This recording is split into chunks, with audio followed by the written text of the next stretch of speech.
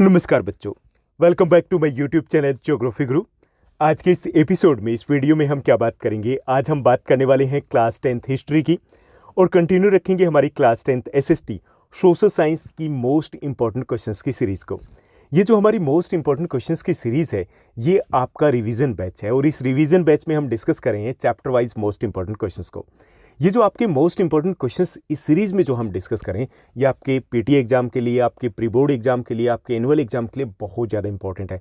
अब एक चीज़ और आपके माइंड में आ रही होगी कि जैसे हमने दे दिया कि ये मोस्ट इंपॉर्टेंट क्वेश्चंस है, हमने ये भी लिख दिया कि भाई इनको कर लीजिए काफ़ी रहेगा, लेकिन माइंड में रहता है कि क्या एक्चुअली में ही काफ़ी रहेगा? तो देखिए, इसको आप क्रॉस चेक कर सकते हो, वेरीफाई कर सकते हो। कैसे कर सकते हो?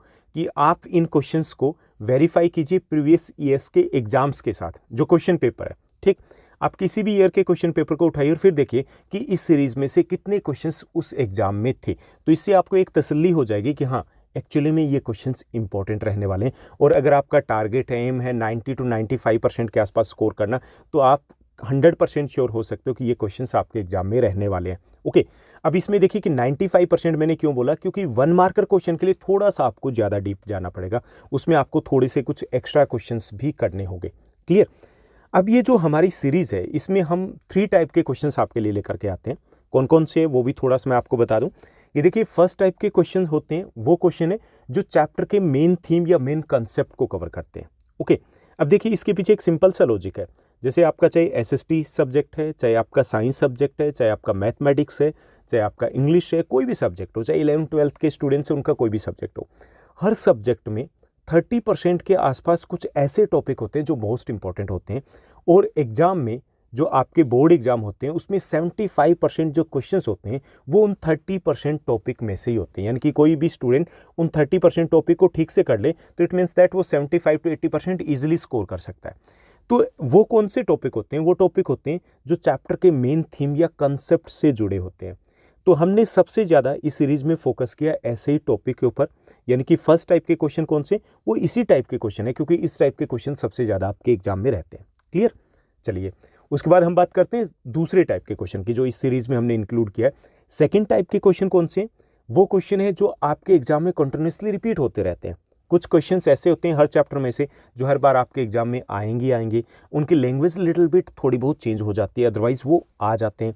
तो इस टाइप के क्वेश्चंस को भी हमने यहाँ पे इंक्लूड कर लिया है। ठीक, उसके बाद बात आती है थर्ड टाइप के क्वेश्चन की। थर्ड टाइप के क्वेश्चन कौन से हमने इंक्लूड किए? वो क्वेश्चन जिनको आप वैल्यू बेस्ड क्वेश्चंस बोलते हैं। देखिए, ये जो कंसेप्ट है, इसके ऊपर रिसेंट के ईयर्स में काफ़ी ज़्यादा फोकस है। इस टाइप के क्वेश्चंस अच्छे खासे रहते हैं।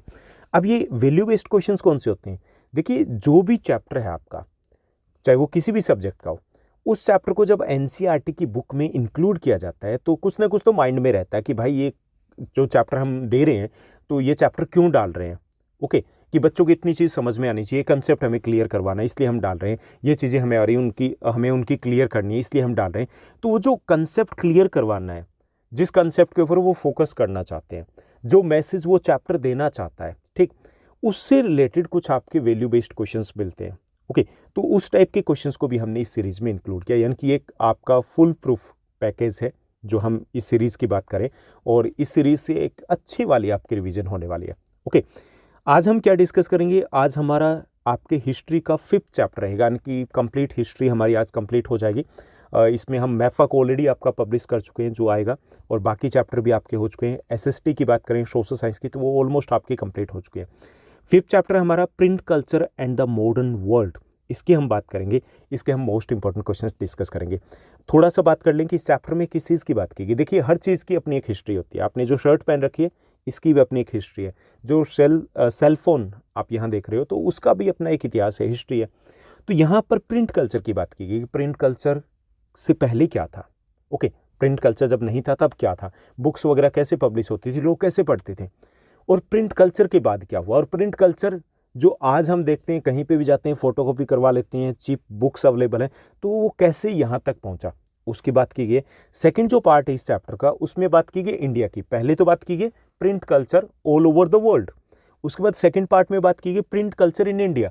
इंडिया में कैसे ये बड़ा हुआ है, किस तरीके से आज तक ये पहुंचा है। तो इंटरेस्टिंग चैप्टर है, लेकिन इसमें 1 मार्कर क्वेश्चन बहुत ज़्यादा बन रहे हैं। ओके, तो 1 मार्कर क्वेश्चन यहाँ पर भी जब हम डिस्कस करेंगे तो काफ़ी सारे हमारे रहने वाले हैं। और आपके लॉन्ग आंसर टाइप क्वेश्चन की बात करें तो वो सीधे डायरेक्ट से बन रहे हैं कि भाई ये क्वेश्चन है, इंपॉर्टेंट है और ये आने वाले हैं। तो चलिए सबसे पहले हम डिस्कस करते हैं इस चैप्टर के 1 मार्कर क्वेश्चंस को। तो इसमें फर्स्ट जो हमारा 1 मार्कर क्वेश्चन दिया गया है वो रहेगा कि name the countries where the earliest kind of the print technology was developed. क्या बताना है हमें ये बताना है शुरुआती उन देशों के नाम जहां पर सबसे पहले प्रिंट टेक्नोलॉजी है वो डेवलप हुई थी। ओके, तो उनमें रहेगा China, Japan and Korea. China, Japan और कोरिया है, इन यहाँ पर सबसे पहले डेवलप हुई थी प्रिंट जो टेक्नोलॉजी है वो। और उसमें भी अगर हमें इन तीनों में से बात करनी हो कि सबसे पहले कहाँ हुई, तो उसमें सबसे पहले चाइना में डेवलप हुई थी। चाइना से जापान, कोरिया पहुंची थी। ओके, तो ये आपका फर्स्ट क्वेश्चन था। उसके बाद हम बात करते हैं नेक्स्ट क्वेश्चन की। Let's move to the second question. Second हमारा क्वेश्चन दिया गया, व्हाट इज कैलीग्राफी। ये कैलीग्राफी क्या होती है? The art of beautiful and stylish writing is known as the calligraphy. Hindi बोलते हैं सुलेखन। सुलेखन क्या होता है? सुलेखन मतलब अच्छे से राइटिंग करना, सुलेखन होता है ना, तो वही है। The art of beautiful and stylish writing is known as calligraphy. Okay, ये सेकंड क्वेश्चन है। Now let's move to the third question. Third हमारा क्वेश्चन है, who was the major producer of printed material in China. China में printed material का major producer कौन था? Okay, who was producing mainly print material in China, तो वो था imperial state, यानी कि वहाँ पर जो गवर्नमेंट एक तरीके से कह सकते हैं वही इसको मेनली पब्लिश कर रहे थे, इनको प्रिंट कर रहे थे। ओके, तो यहाँ पे मेन जो प्रोड्यूसर था प्रिंटेड मटेरियल का चाइना में, तो वो इंपीरियल स्टेट था। जैसे हम बात करते हैं अपने यहाँ पे क्या था, मुगल वंश था, थे ना मुगल। तो अब देखिए मुगल अगर पब्लिश करते तो हम किसको बोलते हैं? हम कहते हैं कि भाई इंपीरियल स्टेट, यानी कि मुगल भी बोल सकते हैं। तो हम यहाँ पे इंपीरियल स्टेट उन्हें ही बोल रहे हैं जिनका वहाँ पर शासन था। तो जिनका शासन था तो वो शासक जो थे वही मेनली मटेरियल को पब्लिश किया करते थे उस वक्त, क्योंकि इंडिविजुअली पब्लिश करना बड़ा मुश्किल था। उसके बाद नेक्स्ट हमारा क्वेश्चन दिया गया है, क्वेश्चन नंबर हमें दिया गया है 4। फोर्थ हमारा क्वेश्चन है, when and by whom was hand printing technology introduced in Japan. कि जो जापान में हैंड प्रिंटिंग टेक्नोलॉजी पहुंची थी वो कब गई, कौन लेके गया? So by the Buddhist missionaries around 768 to 770 anno domini. देखिए ये कौन लेके गए थे? बुद्धिस्ट मिशनरीज लेके गए थे, बौद्ध धर्म के जो प्रचारक थे वो लेकर के गए थे। कब लेकर के गए थे? 768 टू 770 एनो डोमिनी के बीच में। ओके, उसके आसपास ये लेकर के गए थे। तो दोनों ही क्वेश्चन आपके इंपॉर्टेंट रहेंगे कि कब और कौन लेके गए थे। वहाँ ये पहुंची थी इस तरीके से। Okay, now let's move to the next question. Question number 5 हमें दिया गया। फिफ्थ हमारा क्वेश्चन है, which is the oldest book to be printed in Japan. Japan में सबसे पुरानी प्रिंट होने वाली बुक कौन सी है? तो है डायमंड सूत्र। ओके, इसको बुद्धिस्ट डायमंड सूत्र भी बोल देते हैं। ओके, क्योंकि एक रिलीजियस बुक थी। तो कौन सी थी? जापान में प्रिंट होने वाली सबसे पुरानी बुक, ओल्डेस्ट बुक कौन सी है? वो है Diamond Sutra, and it can also be called as Buddhist Diamond Sutra. ठीक, now let's move to the next question. Question number 6 हमें दिया गया, हु वाज मार्को पोलो। ये मार्को पोलो, ये बंदा कौन था ये हमें बताना है। Marco Polo was one of the greatest explorer of Italy. भाई बड़ा घुमक्कड़ किस्म का ये बंदा था, पूरे वर्ल्ड में घूम लिया था इसने। ओके, और इसका प्रिंट टेक्नोलॉजी में बड़ा योगदान है कि ये घूमते घूमते पहुंचा चाइना। चाइना इसने देखा तख्ते की छपाई वाली कला, वुड ब्लॉक प्रिंटिंग टेक्नोलॉजी को देखा। जैसे छापे लगते हैं ना कि किसी लकड़ के ऊपर लिख दिया और उसके बाद जैसे आपने स्टैंप देखी होगी स्कूल में, देखिए ना, तो इस टाइप से ऐसे एक कला डेवलप हुई थी जो इतनी अच्छी तो नहीं थी लेकिन फिर भी बेटर थी हाथ से लिखने के कंपैरिजन में। ओके, तो उसी को वो लेकर के गया था बंदा इटली। इटली से यूरोप में फैल गया था, तो उस वक्त वो भी एक बड़ा चेंज आया था। ओके, तो ये यही बंदा था जिसकी बात की जा रही है। तो who was Marco Polo? Marco Polo was one of the greatest explorer of Italy. Italy के एक महान एक्सप्लोरर थे। Now let's move to the next one. Next जो हमारा क्वेश्चन रहेगा, हु वर स्क्राइब्स। स्क्राइब्स कौन थे ये हमें बताना है। Okay, scribes were skilled persons who used to write manuscripts for the publishers. देखिए उस वक्त ऐसे नहीं था जैसे फोटोकॉपी की जीरोक्स मशीन आप देखते हो, फोटोस्टेट हो जाती है ना जाती, ऐसा नहीं था। उस वक्त क्या होता था कि उस वक्त एक व्यक्ति बंदा यहाँ बैठ करके बोलता था और बाकी यहाँ बैठे बैठे लिखा करते थे। ऐसे होती थी कॉपी। ठीक, वो उसको लिखते थे कि भाई ऐसे ऐसे। तो वो जो लिखते थे कौन से होते थे? वो बंदे होते थे जिनकी हैंड राइटिंग बड़ी अच्छी होती थी, तो उनको बोलते थे स्क्राइब्स। क्लियर, समझ में आ गया ना? तो scribes were the skilled person who used to write the manuscript for the publisher. कि जो पब्लिशर्स के लिए मैन्यूस्क्रिप्ट लिखते थे, हस्तलेखन लिखा करते थे, हाथों से लिखा करते थे, तो वो स्क्राइब्स कहलाते थे। Clear, now let's move to the next one. Next हमारा क्वेश्चन देगा, just a minute. 1 minute. Okay, next हमारा 8th क्वेश्चन दिया गया। 8th हमारा क्वेश्चन दिया गया, who developed the first modern printing press. हमें बताना है कि पहली मॉडर्न प्रिंटिंग प्रेस किसने डेवलप की थी। It was developed by Johann Gutenberg of Germany in 1448। देखिए इसमें कई बार 1430s लिख दिया जाता है, तो उस वक्त शुरुआती काम शुरू हुआ था, पूरी तरीके से वो डेवलप हुई थी 1448 में। तो who developed the first modern printing press, it was developed by Johann Gutenberg, बहुत इंपॉर्टेंट क्वेश्चन है, ऑफ जर्मनी इन 1448। और ये जो जोहान गुटेनबर्ग है, इनको father of modern printing press भी कहा जाता है, ये भी पूछा जा सकता है, who is known as the father of the modern printing press. So Johann Gutenberg is known as the father of the modern printing press. Now let's move to the next question. Next हमारा question दिया गया, name the first book published by Johann Gutenberg. Johann Gutenberg है, इन्होंने जो पहली book publish की थी उसका नाम क्या था, that was the Bible. Bible book को पब्लिश किया था सबसे पहले उन्होंने अपनी प्रिंटिंग प्रेस में। Now let's move to the next one. Next हमारा 10th क्वेश्चन दिया गया। 10th हमारा क्वेश्चन है, व्हाट इज मैन्यूस्क्रिप्ट। मैन्यूस्क्रिप्ट क्या होती है। Manuscript is hand written material, जैसे आप हाथ से नोटबुक लिखते हो, that is a manuscript. Okay, यानी कि हस्तलेखन करना एक तरीके से। So manuscript is the hand written material को मैन्यूस्क्रिप्ट कहा जाता है। That can also be asked in your exam. 11th हमारा क्वेश्चन है, हु स्टार्टेड पब्लिशिंग संवाद कौमुदी फ्रॉम 1821। देखिए क्या क्वेश्चन पूछा जा रहा है, ये पूछा जा रहा है कि जो संवाद कौमुदी एक बुक है, मैगजीन है, वो किसने पब्लिश करनी शुरू की थी, कब हुई थी, 1821 से। तो इट वाज पब्लिश्ड बाय राजा राम मोहन रॉय। राजा राम मोहन रॉय कौन थे, he was a great social reformer थे, समाज सुधारक थे ये। तो इन्होंने संवाद कौमुदी मैगजीन है उसको पब्लिश करना शुरू किया था 1821 से, और इसमें मेनली लिखा जाता था जो सोशल इविल्स थी उनके बारे में लिखा जाता था। Clear. Now let's move to the next question. Question number 12 दिया गया, who was Martin Luther. Martin Luther King भी बोल दिया जाता, लिख दिया जाता है, मार्टिन लूथर किंग सीनियर भी लिख दिया जाता है कई बार, या मार्टिन लूथर किंग। ठीक, तो हु वॉज मार्टिन लूथर कौन थे। He was a German Protestant reformer who favoured printing. देखिए कौन थे, he was a German scholar, ये लिख सकते हो, जर्मन स्कॉलर थे। He was A Protestant reformer, जो चर्च में सुधारक थे, एक तरीके से वो सुधार लेकर के आए थे, चेंज लेकर के आए थे।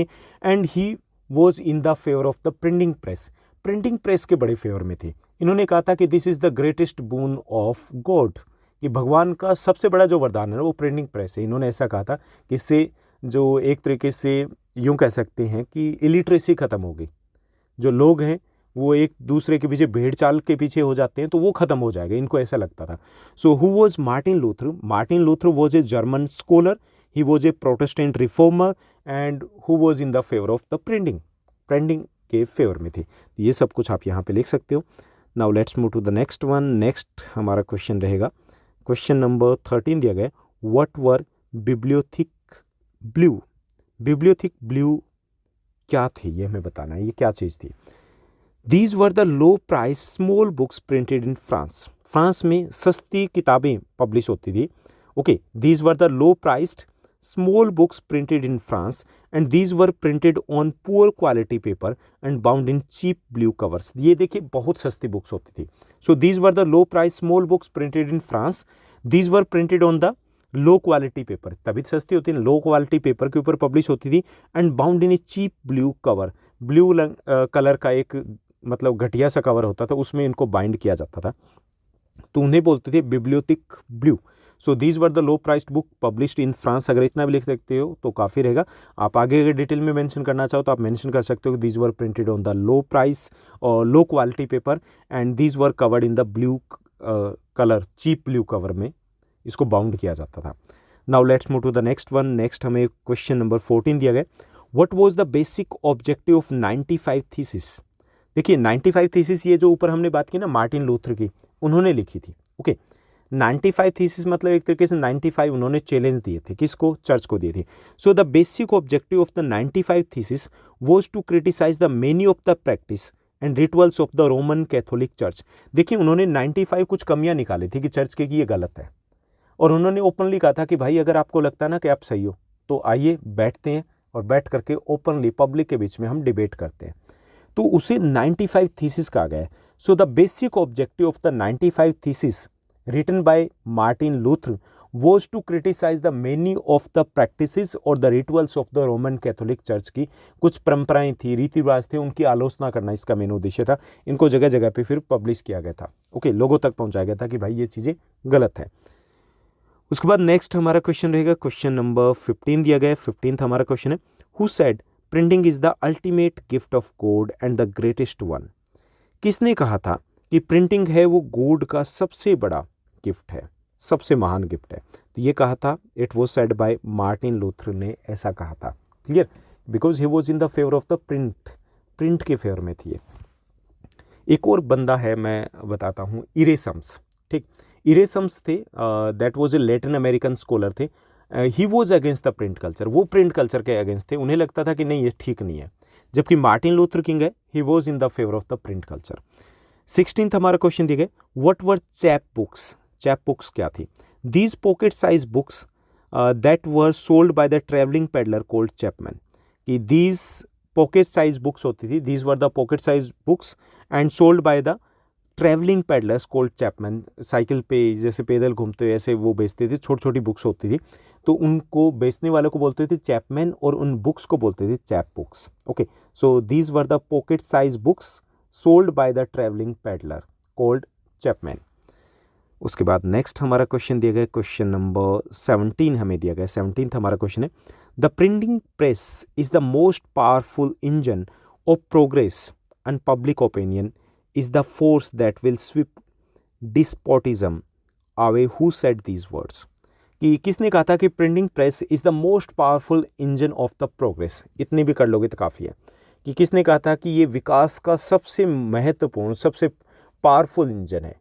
क्या? Printing press. ये किसने कहा था, ये हमें बताना है। सो ये कहा था लुइस सेबेस्टियन मर्शियन ने।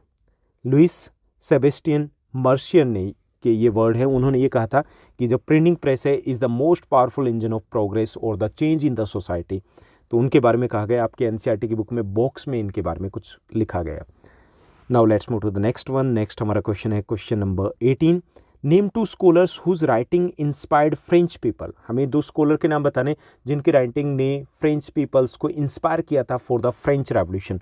सो ये हैं Voltaire and Rousseau, Jean Jacques Rousseau. Okay, तो वोल्टेयर एंड रूसो वो स्कॉलर हैं, वो फिलोसफर हैं जिनकी राइटिंग्स ने फ्रेंच पीपल को इंस्पायर किया था for the French revolution. Okay, now let's move to the next one. Next हमारा दिया गया क्वेश्चन नंबर दिया गया है 19, name any 2 women novelist of the 19th century. 19th century की 2 वीमेन नॉवलिस्ट के हमें नाम बताने हैं, तो वो थी Jane Austen and George Eliot. Okay, Jane Austen and George Eliot. Question number 20 हमारा है, who invented power driven cylindrical press. देखिए एक बहुत बड़ा चेंज था जब प्रिंटिंग प्रेस में, अगर हम बात करें ड्यूरिंग द 20th सेंचुरी, तो उसमें एक इन्वेंशन ये भी था, पावर ड्राइवन सिलेंड्रिकल प्रेस था, कि अब बिजली से चलती थी वो प्रेस। ओके, तो वो किसने किया था invention? It was invented by Richard M Hoe of New York. New York के रिचर्ड एम हो है, उन्होंने डेवलप किया था, उन्होंने इन्वेंट किया था पावर ड्राइवन सिलेंड्रिकल प्रेस को। Now let's move to the next one. Next है हमारा क्वेश्चन नंबर 21 दिया गया है, when did the first printing press come to India. हमें बताना है कि फर्स्ट प्रिंटिंग प्रेस से इंडिया कब आई थी। So first printing press first came to Goa. कहाँ आई थी? गोवा आई थी, ये भी हमने कवर कर लिया। And it was brought by the Portuguese missionaries, पुर्तगाली जो मिशनरीज थे वो इसको लेकर के आए थे। And it came in the mid of the 16th century में हमारे यहाँ पर पहुँची थी। So the first printing press came to Goa and it was brought by the Portuguese missionaries in the mid 16th century में हमारे यहाँ पे पहुँची थी। Mid 16th century it means that हम ये कह सकते हैं 1550 के आसपास। उसके बाद क्वेश्चन नंबर 22 दिया गया। देखिए इस चैप्टर में से आपके 1 मार्कर क्वेश्चन थोड़े से ज़्यादा बनेंगे। ओके, तो इसमें क्वेश्चन नंबर 22 दिया गया, name the first weekly magazine that appeared in India और that published in India, who brought it out, और किसने पब्लिश की ये भी हमें बताना है। So Bengal Gazette was the first weekly magazine that was published in India. भारत में पब्लिश होने वाली पहली वीकली मैगजीन बंगाल गजट थी, इंग्लिश में थी, बंगाल गैजेट। ठीक, and it was published by James August Hickey. James August Hickey जो इसके एडिटर थे। ठीक, उसके बाद नेक्स्ट है which was the first Indian newspaper and by whom was it brought, कि पहला इंडियन न्यूज़पेपर कौन सा था। देखिए ये तो जो मैगजीन थी ये थी इंग्लिश लैंग्वेज में, यहाँ पे बात की जा रही है कि इंडियन न्यूज़पेपर मतलब इंडियन लैंग्वेज में, वर्नाकुलर लैंग्वेज में, और कौन लेकर के आया। So Bengal Gazette, same name है। ओके, फर्स्ट वीकली मैगजीन या फर्स्ट न्यूज़पेपर सेम है, बंगाल गजट था। And it was brought by और it was published by Gangadhar Bhattacharya ने इसको पब्लिश किया था। क्लियर, यानी कि जो मैगजीन थी इंग्लिश लैंग्वेज में उसके एडिटर थे, चीफ एडिटर वो थे जेम्स ऑगस्ट हिक्की, और जो बंगाल गजट जो इंडियन न्यूज़पेपर था उसके एडिटर थे Gangadhar Bhattacharya. Now let's move to the next one. Question number 24 दिया गया। क्वेश्चन नंबर 24 है name the printing presses which published numerous religious text in vernacular from 1880s, कि हमें दो प्रिंटिंग प्रेसेस के नाम बताने जिन्होंने बहुत सारा रिलीजियस धार्मिक टेक्स्ट है वो पब्लिश किया है 1880s के बाद। तो उसमें पहली है नवल किशोर प्रेस लखनऊ की है, बहुत सारा अभी भी ये वहीं पे बनी हुई है। और सेकंड है श्री वेंकटेश्वर प्रेस बॉम्बे। पहली है नवल किशोर प्रेस लखनऊ और सेकंड है श्री वेंकटेश्वर प्रेस बॉम्बे। इसके अलावा तीसरी गीता प्रेस गोरखपुर। ठीक, तीनों में से कोई दो लिख सकते हो। उसके बाद नेक्स्ट है हमारा question number 25। Who was the author of Amar Jiban. Amar जीवन का ऑथर कौन है, ये एक बंगाली, अमर जीवन मतलब हमारा जीवन। ठीक, तो इसमें आंसर रहेगा रस सुंदरी देवी।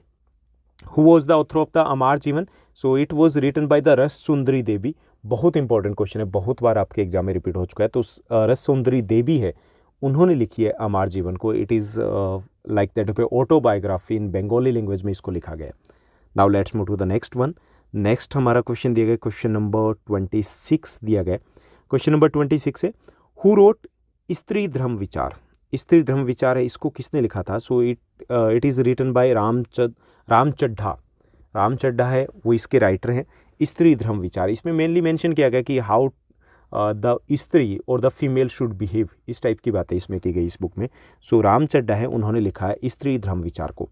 उसके बाद 27th क्वेश्चन है name any 4 Indian women writer of the 19th century के 4 इंडियन वीमेन राइटर के नेम बताने हैं। तो वो हैं रस सुंदरी देवी, कैलाश भाषणी देवी, ताराबाई शिंदे, पंडिता रामाबाई। ओके, ये 4 इंडियन वीमेन राइटर हैं जिन्होंने 19th सेंचुरी में कुछ लिखा था। Now let's move to the next one. Question number 28 दिया गया है। क्वेश्चन नंबर 28 है हु रोट गुलामगिरी। बहुत इंपॉर्टेंट बुक है और बहुत इंपॉर्टेंट क्वेश्चन है। Who wrote Gulamgiri. Gulamgiri was written bye Mahatma Jyotiba Phule ने इसको लिखा है। उसके बाद क्वेश्चन नंबर 29 दिया गया है what was the vernacular press act. देखिए वर्नाकुलर का मतलब होता है देसी। ठीक, जैसे हम बात करते हैं ना वर्नाकुलर लैंग्वेज मतलब देसी इंडियन लैंग्वेज की हम बात करते हैं। तो ये वर्नाकुलर प्रेस एक्ट है, ये क्या था ये हमें बताना है।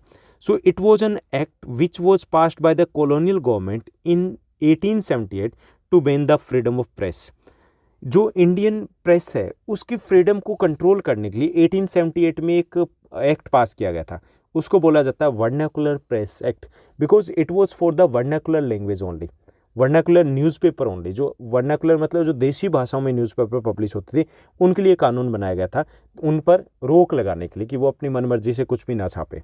ठीक, तो उसको वर्नाकुलर प्रेस एक्ट कहा जाता है। So it was an act which was passed by the British government in 1878 to ban और control the freedom of the press. Okay, उसके बाद नेक्स्ट जो हमारा क्वेश्चन रहेगा क्वेश्चन नंबर 30 दिया गया। क्वेश्चन नंबर जो 30 दिया गया उसमें क्या पूछा गया, उसमें पूछा गया कि name the newspaper which Bal Gangadhar Tilak was associated. Okay, name the newspaper with which Bal Gangadhar Tilak was associated. हमें बताना है कि एक न्यूज़पेपर का नाम जिसे बाल गंगाधर तिलक जुड़े हुए थे, तो it was Kesari newspaper. Okay, बहुत फेमस न्यूज़पेपर था उस टाइम का। उसके बाद नेक्स्ट क्वेश्चन है हमारा क्वेश्चन नंबर 31 दिया गया liberty of speech, liberty of press, freedom of association. The government of India is now seeking to crush the 3 powerful vehicles of the expressing and cultivating public opinion. The fight for Swaraj, for Khilafat means a fight for this threatened freedom before all else. तो इसमें बात की गई कि जैसे liberty of speech है, liberty of press है, freedom of association है, ये बहुत इंपॉर्टेंट होते हैं पब्लिक ओपिनियन के लिए। और ये जो वर्ड है हमसे क्या पूछेगा, हमसे पूछेगा कि ये वर्ड किसने कहे हैं, तो आंसर रहेगा it was said bye Mahatma Gandhi. ये महात्मा गांधी के वर्ड है, ये भी एक इंपॉर्टेंट क्वेश्चन है, काफ़ी बार आपके एग्जाम में रिपीट हो चुका है। उसके बाद हमारा नेक्स्ट क्वेश्चन रहेगा, क्वेश्चन नंबर 32 दिया गया। नेक्स्ट हमारा क्वेश्चन दिया गया, ईदो, हिंदी में कहें तो ईदो, इंग्लिश में कहें तो Edo was later known as, so it was the old name of Tokyo. जो टोक्यो जापान की कैपिटल है उसका पुराना नाम एदो है। ओके, ईदो या एदो, क्लियर। उसके बाद 13th क्वेश्चन दिया गया, 33rd क्वेश्चन दिया गया। 33rd हमारा क्वेश्चन है, this was the former Roman Catholic court for identifying and punishing heretics. ये है इंक्विजिशन। इंक्विजिशन क्या थी कि एक धार्मिक, it was a religious court, एक रिलीजियस कोर्ट थी। और किसके लिए थी? For identifying and punishing the heretics. Heretics मतलब जो धर्म विरोधी थे, उनको सजा देने के लिए इंक्विजिशन की स्थापना की थी। तो inquisition was a religious court setup by the Roman Catholic church. Okay, उसके बाद नेक्स्ट हमारा क्वेश्चन दिया गया, क्वेश्चन नंबर 34 रहेगा। क्वेश्चन नंबर 34 है, Roman church began to maintain an index of prohibited books from which year. ये हमें बताना है। Roman church began to maintain an index of the prohibited books, यानी कि प्रतिबंधित पुस्तकों की सूची रखनी शुरू कर दी थी। किसने? रोमन चर्च ने। कब से ये हमें बताना है, तो सिंस 1558, यानी कि 1558 से उन्होंने ऐसे जो कुछ बुक्स के ऊपर बैन लगा दिया जाता था, तो उनकी लिस्ट रखनी शुरू कर दी थी कि हाँ इस बुक के ऊपर बैन है। उसके बाद नेक्स्ट है question number 35, who was Kitagawa Utamaro. Kitagawa Utamaro कौन थे? He was a Japanese artist, वो एक जैपनीज आर्टिस्ट थे। ओके, उसके बाद नेक्स्ट जो क्वेश्चन दिया गया, क्वेश्चन नंबर 36 दिया गया, that is the last question of 1 marker. सबसे ज़्यादा पूरी क्लास 10th की SST जो हमने कवर की, उसमें सबसे ज़्यादा 1 मार्कर मोस्ट इंपॉर्टेंट क्वेश्चन हमने यहीं किए हैं। इसमें हमारा क्वेश्चन 36 है, when did the first printed edition of the Ramcharitmanas of Tulsidas, when did the first printed edition of the Ramcharitmanas of Tulsidas a 16th century text came out. हमें बताना है कि रामचरितमानस जो तुलसीदास द्वारा रचित है, उसका पहला प्रिंटेड एडिशन कब बाहर आया था, यानी कि कब पहली बार इसका प्रिंट हुआ था, हमें बताना है। रामचरितमानस का सबसे पहली बार प्रिंट कब हुआ था, मुद्रण कब हुआ था, तो उसका करेक्ट आंसर रहेगा 1810 में, 1810 में। ओके, तो ये थे हमारे इस चैप्टर के most important 1 marker question. Now let's move to the next segment की बात करेंगे, और यहाँ पर हम डिस्कस करेंगे इस चैप्टर के most important short answer type question, यानी कि 2 और 3 मार्कर क्वेश्चन। तो चलिए देखते हैं कौन से क्वेश्चंस है जो 3 मार्कर के लिए इस चैप्टर में से इंपॉर्टेंट रहेंगे। तो इसमें फर्स्ट हमारा क्वेश्चन दिया गया, explain any 4 features of hand written manuscripts before the age of the print in India. हमें बताना है कि जब प्रिंट आई थी तो उससे पहले हाथों से लिखा जाता था। जो हाथों से लिखा जाता था तो उसको बोला जाता था मैन्यूस्क्रिप्ट। उसके 4 फीचर्स बताने हमें कि ऐसा क्या होता था उसमें। So first, the pages of the manuscripts were beautifully illustrated.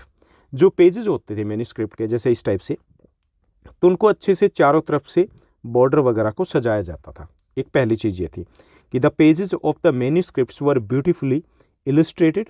Manuscripts were available in vernacular language, और ये जो मैन्यूस्क्रिप्ट थी ये वर्नाकुलर लैंग्वेज में अवेलेबल थी ज़्यादातर, यानी कि देशी भाषाओं में इनको लिखा जाता, जो रिक्वायरमेंट थी उसके according. They were highly expensive, ये बहुत एक्सपेंसिव होती थी, because it was not easy to write, it was not easy to reprint, दोबारा प्रिंट करना ईजी नहीं होता था, इसलिए बहुत महंगी होती थी। दे वर फ्रेजाइल, फ्रेजाइल होता है जो जल्दी ख़राब हो जाती है, वो फ्रेजाइल थी। They could not read easily as the script was written in different styles. इनको आसानी से नहीं पढ़ा जा सकता था, क्योंकि ये अलग अलग लोग लिखते थे, तो उनकी लैंग्वेज समझ में नहीं आती थी। ओके, लिखावट समझ में नहीं आती थी। और नेक्स्ट कि they were not widely used in everyday life, और इनको एवरीडे लाइफ में जैसे आजकल हम यूज़ करते हैं, कुछ भी उठा के लिखाई, तो ऐसे अवेलेबल नहीं होती थी। ओके, कुछ ही लोगों के पास ये होती थी, स्पेशली जो रिच लोग थे उनके पास। तो क्या क्या रहेंगे इनके फीचर्स? कि first, the pages of the manuscripts were beautifully illustrated, बहुत अच्छे से उनको सजाया जाता था। Manuscripts were available in vernacular language में अवेलेबल थी। दे वर हाईली एक्सपेंसिव, बहुत महंगी होती थी। दे वर फ्रेजाइल, बहुत जल्दी ख़राब होने वाली होती थी। They could not be reprint easily, आसानी से उनको रिप्रिंट कॉपी नहीं किया जा सकता था। They could not read easily as the script was written in different style, क्योंकि वो अलग अलग स्टाइल में लिखी होती थी, तो कई बार पढ़ने में बड़ी मुश्किल आती थी। And they were not widely use in everyday life, और एवरीडे लाइफ में इनका यूज़ नहीं होता था, कुछ ही लोगों के पास ये होती थी। तो ये थे कि हैंड रिटन जो मैन्यूस्क्रिप्ट थी उनके क्या फीचर होते थे पहले। Now let's move to the next one.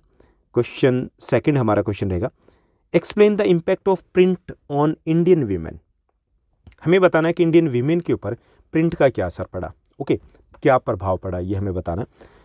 Writers started writing about the lives and the features of women and this increase the number of women readers. तो देखिए पहला असर तो ये पड़ा कि the various writers they begin to write about the women, women के बारे में लिखना शुरू कर दिया, and this increase the women readers, जो महिलाएं थी उनका इंटरेस्ट डेवलप हो गया कि भाई हमारे बारे में भी लिखा जा रहा है, ओके। तो पहला तो ये हुआ। Second, women writers, many women also begin to write, कई सारी महिलाएं थी उन्होंने लिखना भी शुरू कर दिया, and women writers wrote their own autobiography, उन्होंने अपने लाइफ के बारे में लिखा, and they highlighted the condition of the women, the ignorance and how they force to do the hard domestic chore, okay. देखिए जो एक चीज़, पहला असर तो ये रहा कि many writers begin to write about the women, women के बारे में लिखना शुरू कर दिया, and due to this one the number of the women readers increased, महिलाओं ने पढ़ना ज़्यादा शुरू कर दिया। थर्ड ये हुआ कि many women began writers, they become writers, वो राइटर बन चुके थे, ओके। और उन्होंने क्या किया कि they begin to write about their own life, अपनी खुद की लाइफ के बारे में उन्होंने लिखना शुरू कर दिया। Women writers wrote their own autobiography and in those autobiographies they wrote about the condition of the women, महिलाओं की क्या कंडीशन थी, कौन सी उनके इश्यूज थे, वो सब कुछ लिखना शुरू कर दिया। A large section of Hindi writing was devoted to the education of women, और हिंदी में जो लिखा जा रहा था उसका बहुत सारा हिस्सा वीमेन के बारे में लिखा जा रहा था। In the early 20th century, the journals written by the women became very popular, in which women's education, widowhood, widow remarriage was widely discussed. और उसके बाद women's की जो periodicals थी, journals थी, वो काफ़ी पॉपुलर हो चुकी थी, और उनमें क्या डिस्कस किया जाता था, विमेन के इश्यूज़ थे वो ओपनली डिस्कस किए जाते थे, जैसे विडो रीमैरिज हो गई, विडोहुड हो गया, विमेंस एजुकेशन हो गया, एट्सेट्रा, ओके। तो इट मीन्स दैट इसके क्या क्या असर पड़े कि एक तो उनमें लिटरेसी बढ़ी, अवेयरनेस बढ़ी, they become logical, they become aware about their rights, अपने राइट्स को लेकर के अवेयर हो गए, तो ये सब कुछ असर पड़े। तो ये सब कुछ आप बता सकते हो किसी भी लैंग्वेज में। उसके बाद नेक्स्ट है हमारा क्वेश्चन नंबर 3 दिया गया मोस्ट इंपॉर्टेंट क्वेश्चन में, who was Marco Polo and what was his contribution to print culture. Marco Polo कौन था, उसका प्रिंट कल्चर के लिए क्या कंट्रीब्यूशन रहा है उस प्रिंट कल्चर में, ये हमें बताना है। So Marco Polo was a great Italian explorer थे वो, ओके। उनका कंट्रीब्यूशन क्या रहा है कि in 1295 Marco Polo return to Italy after many years of exploration in China, यानी कि चाइना में कई साल तक रहने के बाद वो इटली वापस जाते हैं। कब जाते हैं, 1295 में। He brought the knowledge of wood block printing with him, कि वो अपने साथ वुड ब्लॉक प्रिंटिंग मतलब तख्ती की छपाई वाली कला, लकड़ी पे ऐसे छापा लगाते जिस स्टैम्प की तरह, उसको अपने साथ, उस टेक्नोलॉजी को किसके साथ, अपने साथ कहाँ ले गए, इटली ले गए। And now in Italy book started to be produce with the wood blocks, wood block से बुक्स है वो पब्लिश होने शुरू होगी। And soon the technology spread other parts of the Europe, और उसके बाद पूरे यूरोप में ये टेक्नोलॉजी फैल जाती है। So this was the role of the Marco Polo in the development of the early print culture in Europe. Europe में जो शुरुआत में प्रिंट कल्चर का डेवलप हुआ था तो उसमें बड़ा रोल मार्को पोलो का था। सो मार्को पोलो कौन थे, he was a great Italian explorer थे। In 1295 Marco Polo return to Italy after many years of exploration in China, ठीक। And then when he went back to Italy he took back the wood block printing technology कह लीजिए, knowledge कह लीजिए with him, कि वो अपने साथ क्या ले जाते हैं, he brought the knowledge of the wood block printing with him in Italy, and from Italy it spread throughout the Europe, पूरे यूरोप में ये फैल जाता है, क्लियर। उसके बाद नेक्स्ट हमारा क्वेश्चन रहेगा, अगला जो क्वेश्चन है क्वेश्चन नंबर 4 दिया गया, 4th हमारा क्वेश्चन है, ये भी काफ़ी इंपॉर्टेंट है। Mention the shortcomings of manuscript. Manuscript जिसके हम फर्स्ट क्वेश्चन में बात कर चुके हैं, उसमें हमने कुछ फीचर्स भी बताए थे, इसमें हमें सिर्फ कमियां बतानी है कि जो हाथों से लिखा जाता था उसकी कमियां क्या थी। First, the production of the hand written manuscripts could not meet the ever increasing demand of the books because it was a slow process. देखिए बुक से बुक्स दोबारा कैसे लिखी जाती थी, फोटोस्टेट मशीन थोड़ी थी, हाथों से लिखना पड़ता था। ओके, तो पहला ये था कि the production of the hand written manuscript could not meet the ever increasing demand, जो डिमांड बढ़ रही थी उतनी वो लिखी नहीं जा पा रही थी, पहली कमी थी ये थी। दूसरा, the copying was very expensive, copy कैसे करते हैं, जैसे मैंने बताया एक बोल रहा है और लोग बैठे हुए बाकी लिखते थे। So the copying was very expensive at that time and it was a laborious task, बहुत मेहनत लगती थी। And it was a very time consuming business, बहुत टाइम ज़्यादा लगता था। The manuscripts were fragile, manuscript बहुत फ्रेजाइल होती थी, फ्रेजाइल मतलब जल्दी ख़राब हो जाती थी। These were difficult to handle, उनको हैंडल करना बड़ा मुश्किल था। And these were difficult to carry around, कि दूसरी जगह पे ले जाना बड़ा मुश्किल था क्योंकि बड़ी बुक्स होती थी वो। Clear. And these could not read easily, उनको पढ़ा भी आसानी से नहीं जा सकता था क्योंकि वो अलग अलग स्टाइल में लिखी जाती थी। तो ये शॉर्ट कमिंग्स थी मैन्युस्क्रिप्ट्स की।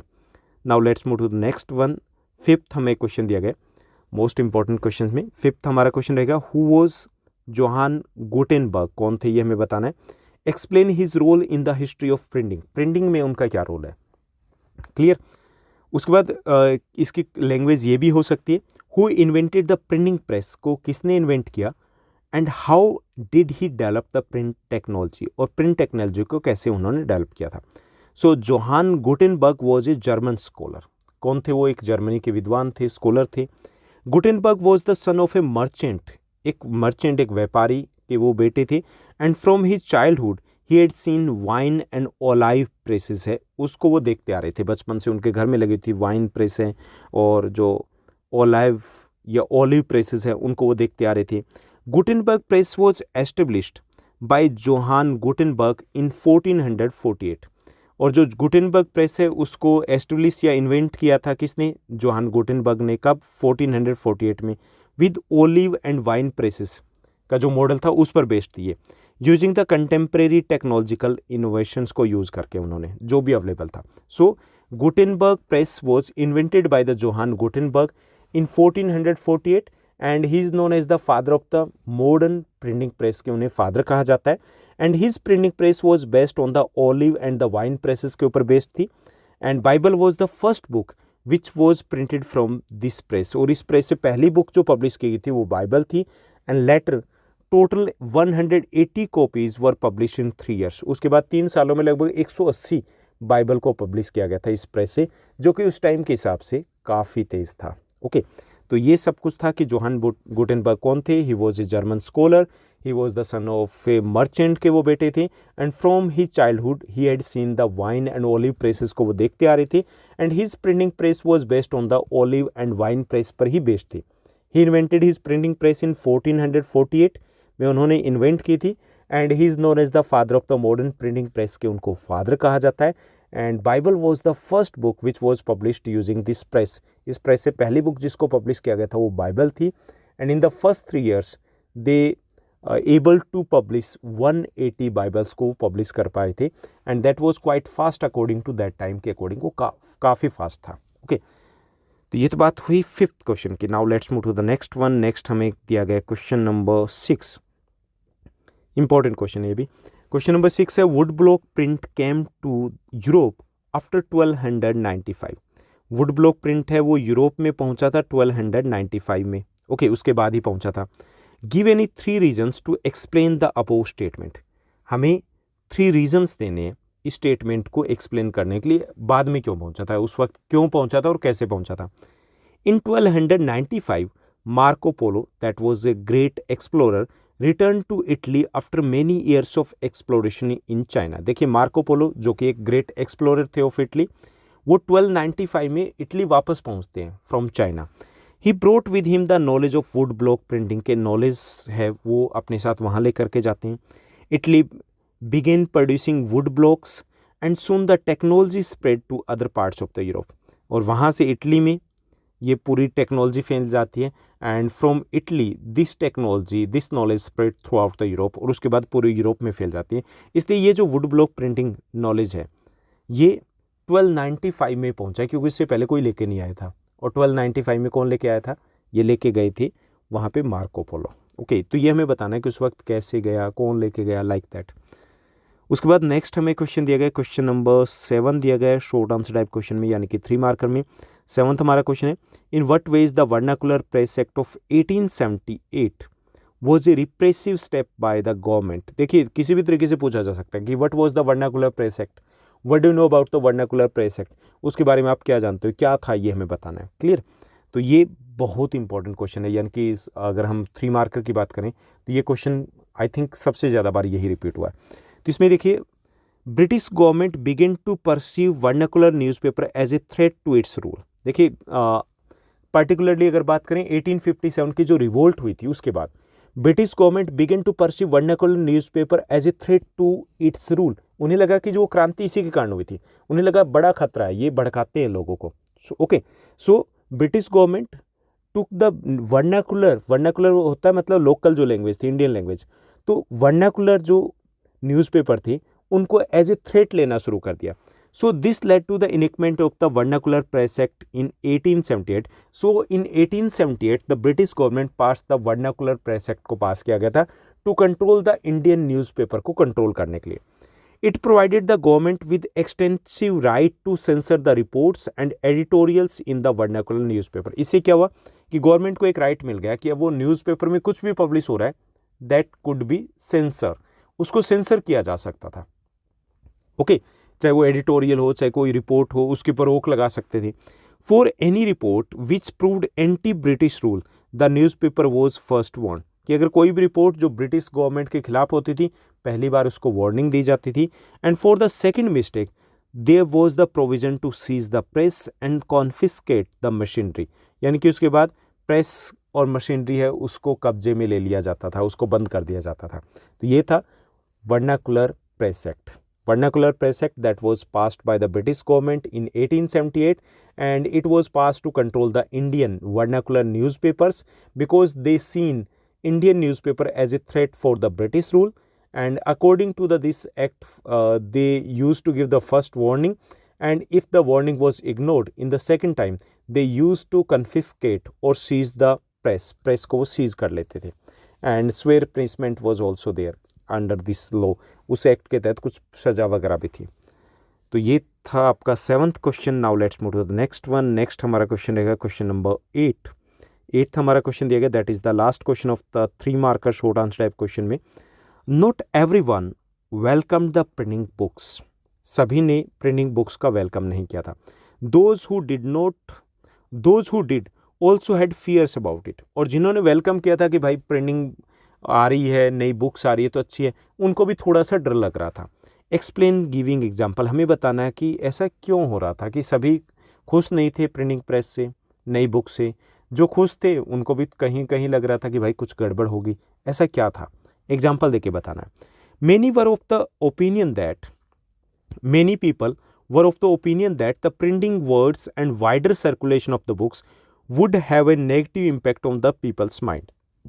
देखिए कुछ लोगों को क्या लग रहा था, उनको ये लग रहा था कि printed words and wider circulation of the books could lead to the negative impact on the people's mind, कि इससे लोगों के माइंड है वो भ्रष्ट हो सकता है।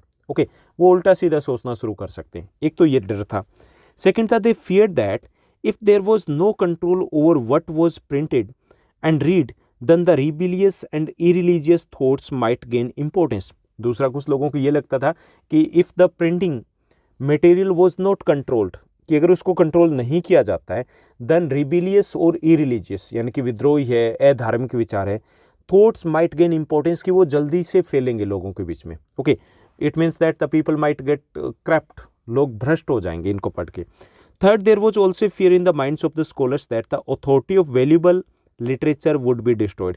कुछ लोगों को ये भी लग रहा था कि जो अच्छा लिटरेचर है वो खत्म हो जाएगा इससे, क्योंकि कुछ भी पब्लिश करना शुरू कर देंगे लोग।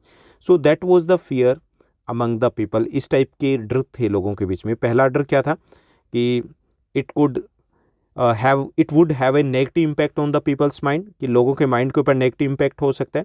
दूसरा था कि there was a fear of the rebellious and the irreligious thoughts might gain importance, ये भी था।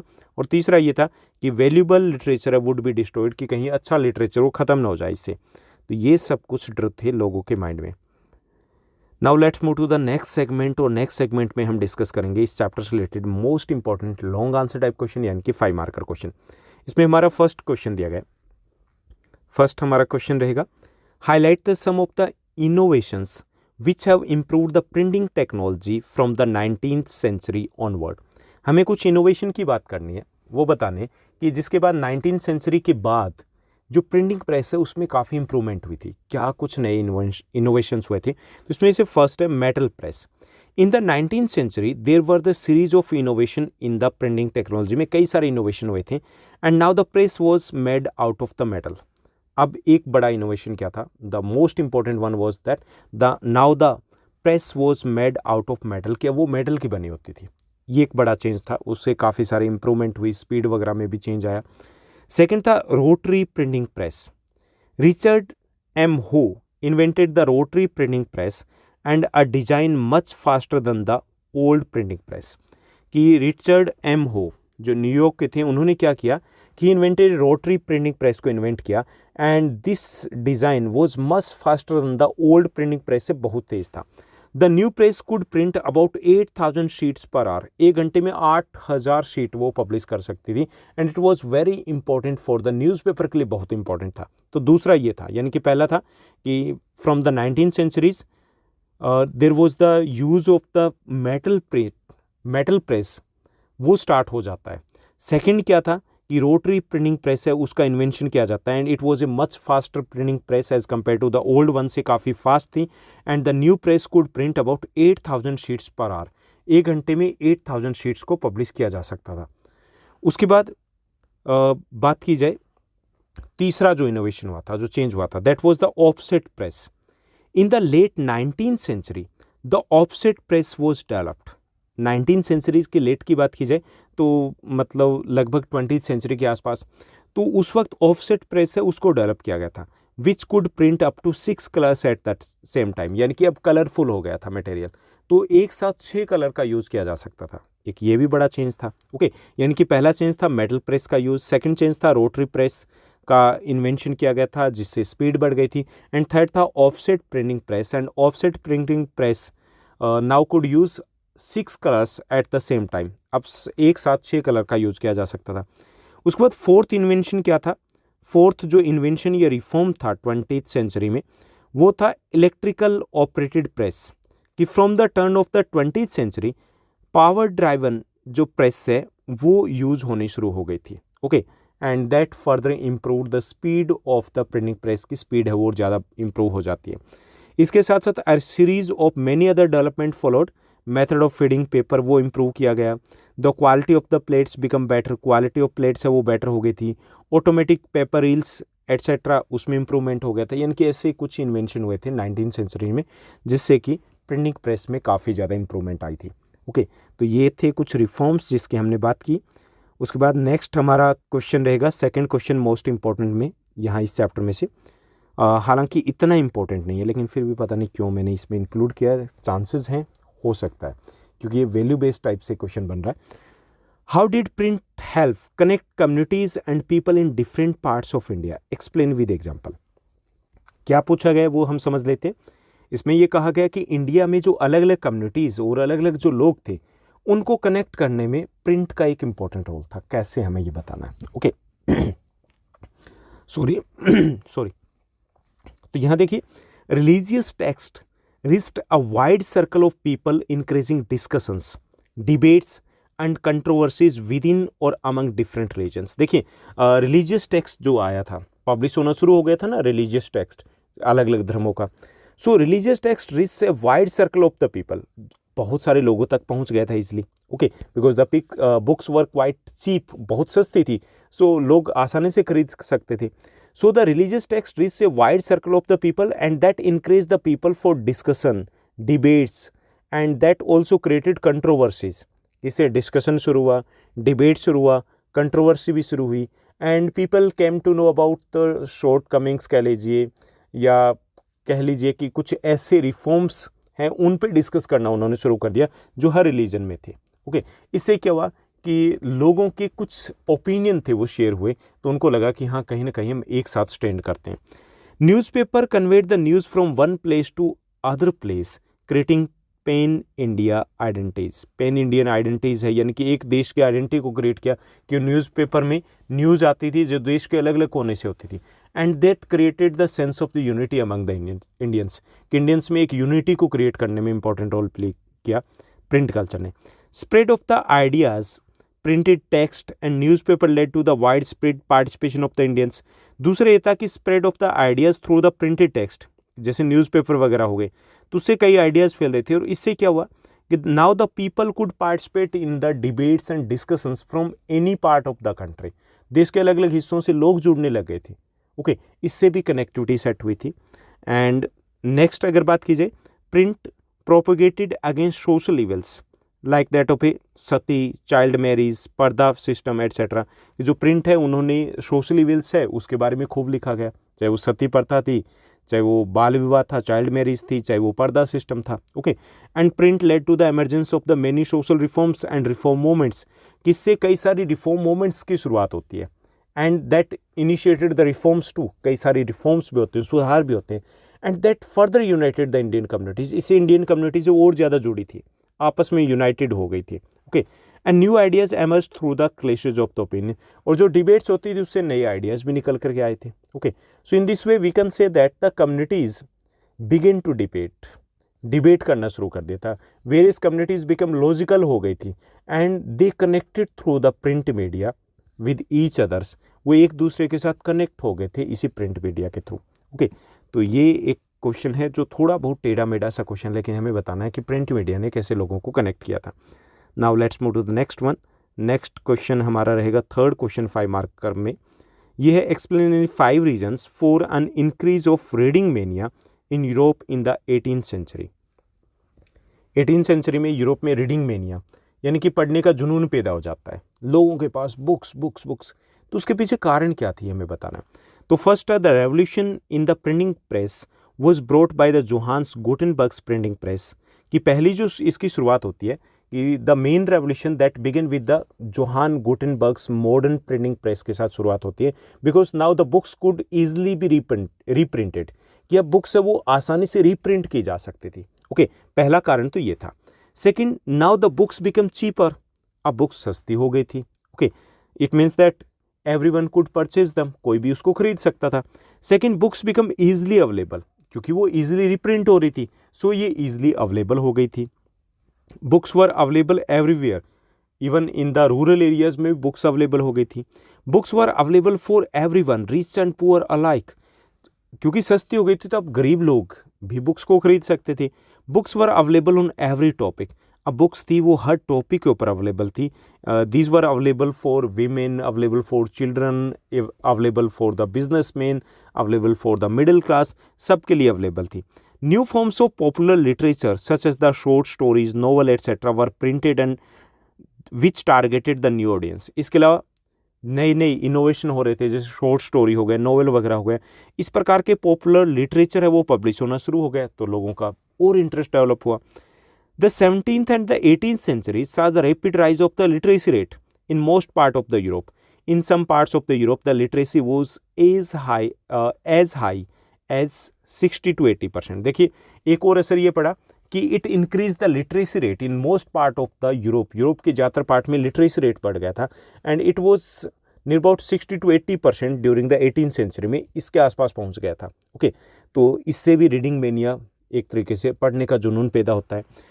In the next phase was of the development of the periodicals, and the periodicals combined the information about the current affairs with entertainment. इसके साथ साथ जो next phase था उसमें periodicals आने शुरू हो गए थे, न्यूज़पेपर आने शुरू हो गए थे, मैगजीन आने शुरू हो गए थे, और इसने लोगों का इंटरेस्ट और ज़्यादा डेवलप हो गया। ओके, तो ये सब कुछ कारण थे कि जिससे लोगों में पढ़ने का जुनून पैदा हो गया था। Now let's move to the next one. Next हमारा क्वेश्चन रहेगा, क्वेश्चन नंबर 4 दिया गया। Many historians have argued that print culture created the condition within the French Revolution occurred. ये इस चैप्टर का एक श्योर क्वेश्चन है जो आपके एग्जाम में रहेगा, किसी न किसी आपके चाहे A B C D जो भी कोड रहेगा तो उसमें किसी एक या दो में या हो सकता है सभी में ये क्वेश्चन आपका रहने वाला है।